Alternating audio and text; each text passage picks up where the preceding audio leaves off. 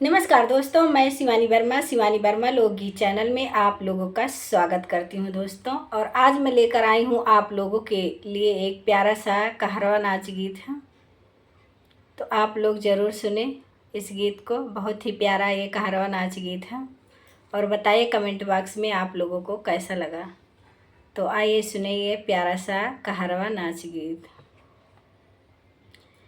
सखी पियवा न मिले हमारे मन के, सखी पियवा न मिले हमारे मन के, हमारे मन के हो हमारे मन के, सखी पियवा न मिले हमारे मन के, सखी पियवा न मिले हमारे मन के। हम तो सोचे पिया खतिहार मिली है, हम तो सोचे पिया खतिहार मिली है, हम तो सोचे पिया खतिहार मिली है।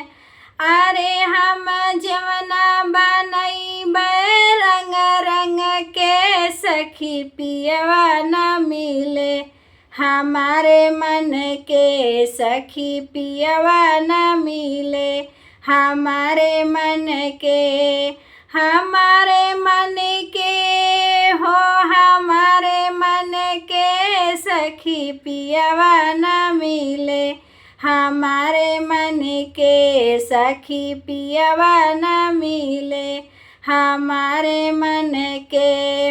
हम तो सोचे पिया मिली है दरजिया, हम तो सोचे पिया मिली है दरजिया, सखी चोलिया पहिरब रंग रंग के, सखी पियवा न मिले हमारे मन के।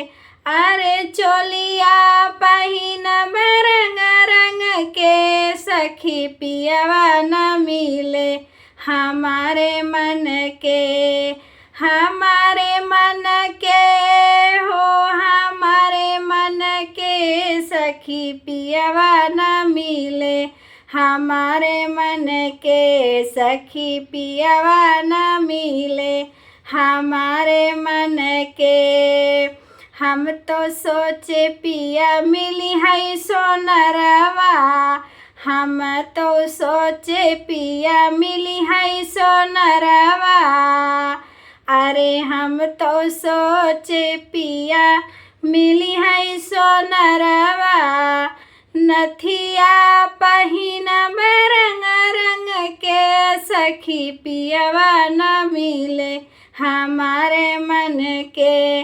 अरे हरवा पहिरब रंग रंग के, सखी पियवा न मिले हमारे मन के, सखी पियवा न मिले हमारे मन के, हमारे मन के हो हमारे मन के, सखी पियवा न मिले हमारे मन के। हम तो सोचे पिया मिली है बजजवा, हम तो सोचे पिया मिली है बजजवा, अरे चुनरी पहिनब रंग रंग के, सखी पियवा न मिले हमारे मन के, सखी पियवा न मिले हमारे मन के।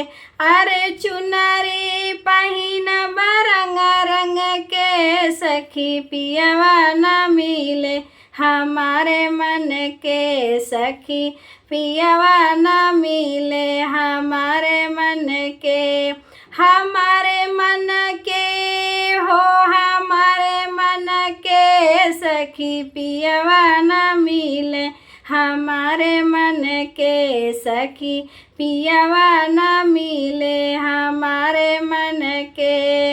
हम तो सोचे पिया मिली है विदेशिया, हम तो सोचे पिया मिली है परदेसिया, हम तो सोचे पिया मिली है परदेसिया, अरे घूमबै सहरिया अपन मन के सखी पियवा न मिले, हमारे मन के सखी पियवा न मिले हमारे मन के। अरे घूमब सहरिया अपने मन के सखी पियवा न मिले, हमारे मन के सखी पियवा न मिले हमारे मन के। हमारे मन के हो हमारे मन के सखी पियवा न मिले, हमारे मन के सखी पियवा न मिले हमारे मन के।